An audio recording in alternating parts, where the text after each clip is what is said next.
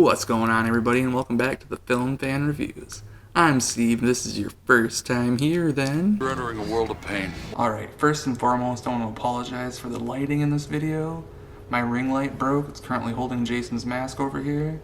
I'm using a window, and it's 5:30 in the evening, so bear with me. Hopefully it doesn't look like shit, but we're gonna get through it. Today we are talking about a movie that I've been waiting for a very long time, and that is the new Candyman movie. So I've known about Candyman for a really long time. I actually think someone brought it up when we were in elementary school. This girl was talking about watching the movie and telling us about it, and it freaked me out just by hearing her talk about it. So I didn't have any visuals, so I didn't watch the movie for a really long time. I saw some clips every now and then, but I actually only watched it in full about 3 or 4 days ago, right before I watched this new version, and I really enjoyed it. There's a lot of social commentary in there, like most horror has. It's based off a story written by Clive Barker, who also is known for the Hellraiser movies. So, is this movie even better?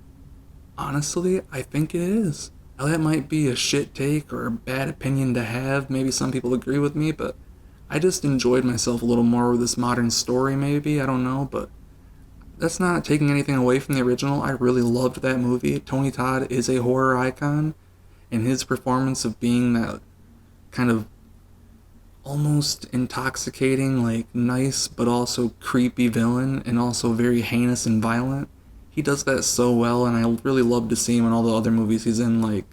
Pretty sure he's in the Hatchet movies, and he's always in the Final Destination stuff, so I love Tony Todd, and the original is great, but I honestly really enjoyed this new one. Now, like I said, this is a sequel to the original movie, and it continues the themes of the original and messages that it was trying to pass on as well. With that being police brutality, social inequality and racial inequality, societal problems, and this movie continues with those messages and kind of modernizes some of them, talking about gentrification and everything like that, and a lot of those messages are still messages that people need to hear about and really learn more, and they balanced it really well within this really gruesome but sometimes contained horror movie that this franchise is also known for doing. And I give all of that credit to the director Nia DaCosta. She did fantastic capturing the tension and brutality of Candyman, but also, like I said, portraying all of those messages inside of this. I think everything was well balanced. She got some great performances out of these amazing actors, and she actually just broke a record of being the first black woman to be #1 at the box office, and that is a huge congratulations to her, and it is very much well deserved because she did a fantastic job. So while doing some research for this review, I also learned that Nia DaCosta is directing a Marvel movie pretty soon in the future. I'm very excited for her to do that, but I also really hope she comes back to horror because we need more voices like hers, and I think she does horror so well. So, Nia, please come back, because the horror genre needs you. And like I said, Nia got some great performances, and one of those being, I won't want to butcher his name, so I'm just going to read it, so don't get mad at me for looking down. Yahya Abdul Mateen II, who you probably know if you've watched Aquaman. He was Black Manta, or the new Watchmen series on HBO. I don't want to spoil who he is. I don't know if you know, but if you do, you know. And he's a great actor. Probably one of my favorite actors working right now. So when I saw he was going to be in this Candyman movie, I was pretty excited, and he lived up to my expectations because I thought he was fantastic. He's playing this artist who's struggling in Chicago. They're kind of living in this new gentrified part of Chicago, but still around the projects and everything, and he's struggling, wanting to become famous, and some things happen where he starts to gain a little bit of fame, and with that, he starts to learn about this Candyman myth, and everything goes downhill for him. As soon as it rises, it falls. And with that, he puts on a great performance of just being this artist who's struggling, but at the same time, when he starts getting these crazy seeings and sights that he keeps not knowing if they're real or not, visions I should say, he starts to go a bit crazy, and he plays it off so well. So I really hope he does more in the horror genre, because I watched an interview and he said it's not really his thing, but I really hope he sticks around, because if he does, he's going to do some awesome stuff anyway, but I'd love to see him in more horror for sure. Now, the other star of this movie is Tiana Paris, who you probably know if you watch WandaVision on Disney+. She was great as Monica Rambeau, and I'm very excited to see what she does next because she was also fantastic in this movie. She plays our main character Anthony's girlfriend, and their dynamic together is really awesome. They really feel like a real couple when they banter back and forth and everything.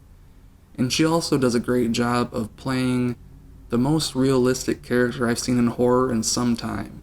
Like, she feels like a real person, and like when things happen to her, I don't want to spoil anything, but she starts getting in situations where she literally will say out loud, "Oh hell no, I'm not doing that," and that stuff just cracked me up because in my own voice, in my own head, I was like, yeah, don't go in there, don't go in there, don't go in there. And then when she said it, I was like, perfect.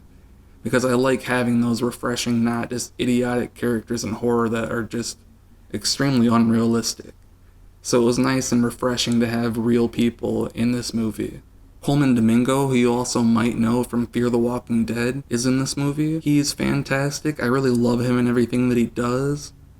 He gets a little goofy at times in this movie, but overall I think he's perfect for his role, and the more I see him in more stuff, the more excited I get because Coleman is just a fantastic actor. Overall, I really enjoyed this new Candyman movie.